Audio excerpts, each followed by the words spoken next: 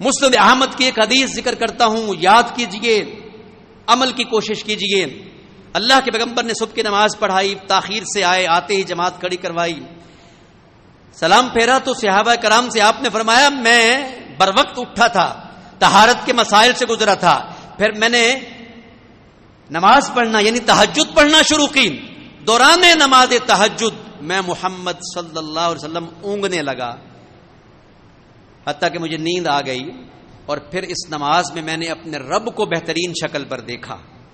ہمارے نبی نے ہمارے رب کا دیدار کیا اس دنیاوی زندگی میں، اس انسانی بدن سے، مگر حالت نیند میں، حالت بیداری میں نہیں، حالت نیند میں۔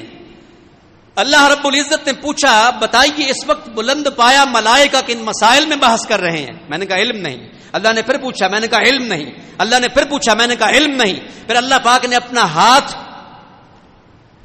دو کندھوں کے مابین مہر نبوت کی جگہ یہ میری چھاتی پہ رکھا، فتجلی علی کل شیء، نے سوال کے جواب کا ہر پہلو مجھ پر واضح ہو گیا۔ میں نے کہا اس وقت فرشتے کفارات پر بات کر رہے ہیں، یعنی ایسے اعمال جنہیں اپنانے سے اللہ انسانوں کے گناہ مٹا دیتا ہے۔ سمجھ گیا کہ ہم نے وہ اعمال اپنانے ہیں تو اللہ ہمارے گناہ مٹا دے گا۔ اللہ نے پوچھا اپنے پیغمبر سے، یہ ایک طریقہ ہے رب کا اپنے بندوں تک، نبی کا اپنی امتیوں تک بات پہنچانے کا، ان کی کنورسیشن، باہمی گفتگو ہمارے لیے عمل کی راہ ہے۔ کہا کون کون سے وہ کام ہیں جنہیں انسان کرے تو اس کے گناہ مٹ جاتے ہیں؟ فرمایا اسباغ الوضوء حین الکریہات، مشی الاقدام الی المساجد، وانتظار الصلاۃ بعد الصلاۃ، مکمل وضو کرنا، کوئی نقص وضو میں نہ رہ جائے، اس طرح کا وضو گناہوں کو معاف کروانے کا باعث بنتا ہے۔ اللہ ہمیں اپنے وضو کی حفاظت کرنے کی توفیق بخشے کہ لا یحافظ علی الوضوء الا مؤمن، وضو کی پہرےداری صرف مومن کرتا ہے۔ دو معنی ہیں اس کے، ایک یہ کہ ہر وقت وضو کے ساتھ رہتا ہے، دوسرا یہ کہ وہ وضو صحیح طریقے سے کرتا ہے، اس کے وضو میں کوئی نقص نہیں ہوتا۔ پھر قدموں سے مسجد کو چل کے جانا، قدموں سے مسجد کو چل کے جانا، اس عمل سے بھی گناہ جھڑتے ہیں۔ پھر ایک نماز پڑھ کے اگلی کے انتظار میں بیٹھ جانا، اور بھائی یہ نیکیوں کا سیزن ہے، اعمال صالحہ ان 10 دنوں میں اللہ کو بڑے پسند ہیں۔ وضو پر دھیان رکھیے، قدموں سے مسجد کو چل کے آئیے، ظہر پڑھنے آئے ہیں تو عصر کی فکر کیجئے، وہ پڑھ لیجئے تو اگلی نماز کی تیاری میں لگ جائیے، یہ عمل آپ کے سابقہ گناہوں کا کفارہ ہے۔ اللہ نے پوچھا اور کن مسائل میں بات ہو رہی ہے؟ فرمایا وہ نیکیاں جنہیں اپنانے سے درجے بلند ہو جاتے ہیں۔ پہلے 3 کام تھے جن سے گناہ معاف ہوتے ہیں، اب یہ 3 کام ہیں جن سے درجے بلند ہوتے ہیں۔ اللہ نے فرمایا وہ کون سے ہیں؟ فرمایا لین الکلام و اطعام الطعام والصلاۃ والناس نیام، نرم گفتگو کرنا، کھانا کھلانا، رات کی تنہائیوں میں اٹھ کر نماز پڑھنا جب لوگ سوئے ہوں، تو یہ 3 کام کوئی کرتا ہے تو اللہ اس کے درجے بلند کر دیتا ہے۔ تو ہم نے یہ 6 کام کرنے ہیں انشاءاللہ۔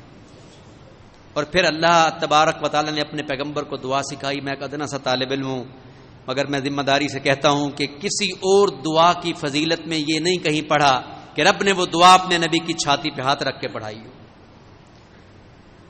میں آپ کو یہ دعا پڑھاتا ہوں، آپ سب میرے ساتھ پڑھیں گے، پھر یاد کریں گے اور پھر پڑھتے رہیں گے۔ اللہم انی اسألک فعل الخیرات وترک المنکرات وحب المساکین وان تغفر لی وترحمنی وإذا أردت بقوم فتنة فاقبضني إليك غير مفتون اللهم إني أسألك حبك وحب من يحبك وحب عمل يقربني إلى حبك۔ اے اللہ نیکیاں کرنے کا سوال کرتا ہوں، گناہوں سے بچنے کی توفیق چاہتا ہوں، یہ کہ آپ مجھے بخش دیں، یہ کہ آپ مجھ پہ رحم فرمائیں۔ جب آپ بندوں کو فتنوں کے اندر مبتلا کرنا چاہیں تو مجھے بنا مبتلا کیے اپنی طرف قبض کر لیں۔ اے اللہ آپ سے آپ کی محبت کا سوال ہے، اس کی محبت کا سوال ہے جو آپ سے محبت کرے، اور اس عمل کی محبت کا سوال ہے جو عمل یا اللہ مجھے آپ کے قریب کر دے. یہ دعا یاد کریں گے انشاءاللہ. پھر اللہ کے پیغمبر نے فرمایا کہ جس شخص نے وہ 3 عمل کیے جن سے گناہ مٹتے ہیں، اور 3 عمل کیے جن سے درجے بڑھتے ہیں، اور یہ دعا پڑھی، عاش بخیر و مات بخیر، زندگی بھی خیر ہے موت بھی خیر ہے. یا اللہ ہمیں خیر والی زندگی عطا کر، خیر والی موت عطا کر. تو اس کا طریقہ یہ ہے، اللہ تبارک و تعالی کثرت کے ساتھ نیکیاں کرنے کی توفیق بخشے، اعمال صالحہ بجا لانے کی توفیق بخشے، اور سستی اور کاہلی سے بچنے کی توفیق بخشے، گناہوں سے بچنے کے لا حول ولا قوت الا، نیکی کی توفیق بھی اللہ کی طرف سے ہے اور گناہ سے بچنے کی صلاحیت بھی اللہ کی طرف سے ہے. یا اللہ نیکیاں کرنے کی توفیق عطا فرما اور گناہوں سے بچنے کی توفیق عطا فرما.